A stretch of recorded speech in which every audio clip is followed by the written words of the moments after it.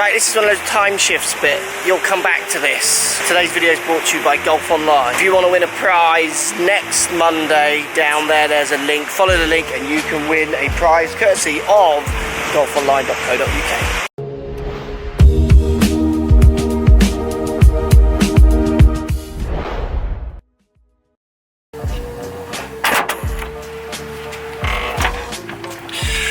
Morning, y'all. The holiday hat is back on, heading to Florida. Team Parfield awaits.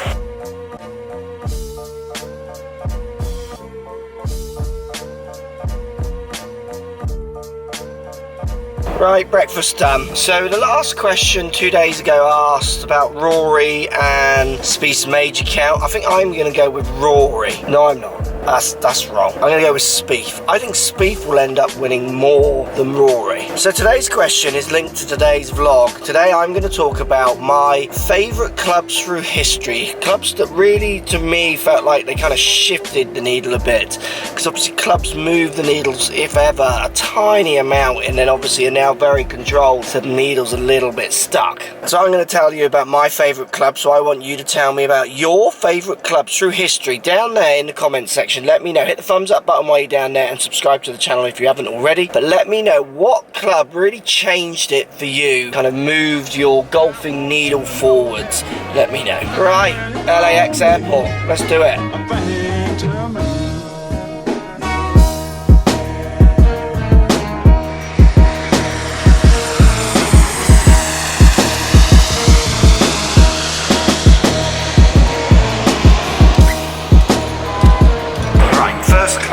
Shifted it for me was the TaylorMade Burner driver. So that original small-headed driver, it was the first kind of real metal wood that just blew up in golf.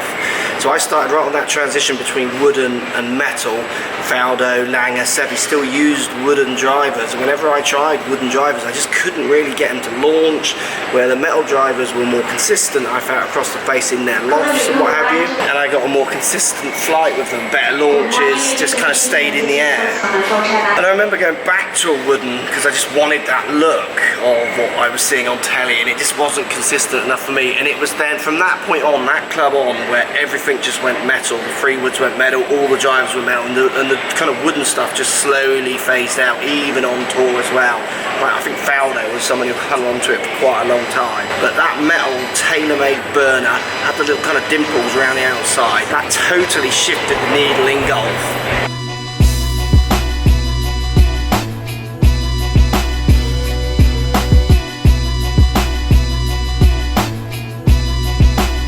Right, the next club that had to shift it, for everyone actually, in the putter world, this airport does not stop.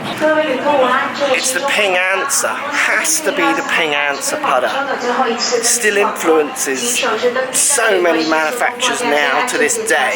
You know, what manufacturer doesn't make a version of that putter now? I mean, I've got one. Really, I love the shape. I putted well with it, but it wasn't new when I got it. I actually wanted the older shape, but I don't reckon there's many golfers who haven't used that shape putter at some point in their life. That putter definitely shifted the needle.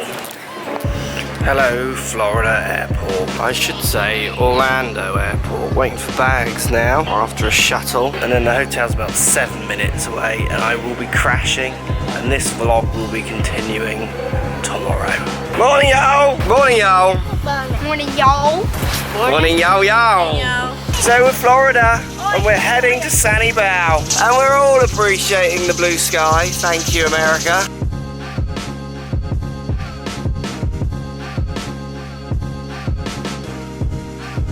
Right, I'm on the beach, Sunny Bow.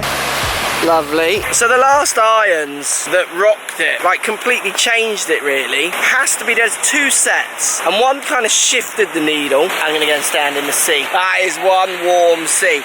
So Ping I2 iron shifted it, moved it, changed it. cavity backs kind of for everyone really. I don't know any serious players who didn't own a set of Ping I2s at some point.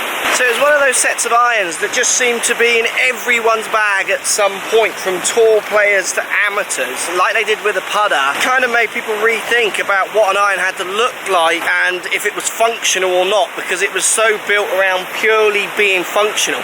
And I think it's amazing how things have changed over the years, where really, I mean, Carsten had it right. He was a smart dude, wasn't he? And on Ping still are, but like, that was clever.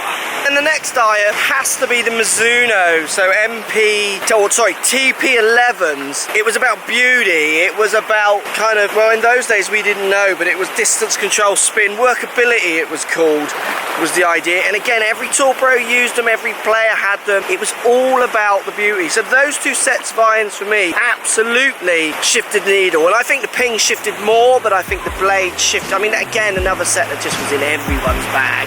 Anyone who was anyone had a version of the TP Mizuno irons at some point.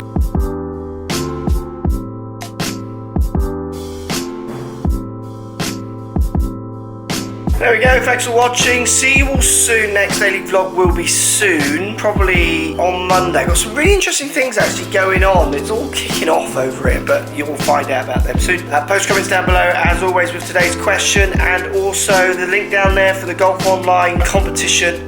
Follow that link. That sea out there, very hot. It's very nice. I'm going to be spending a lot of time in that sea.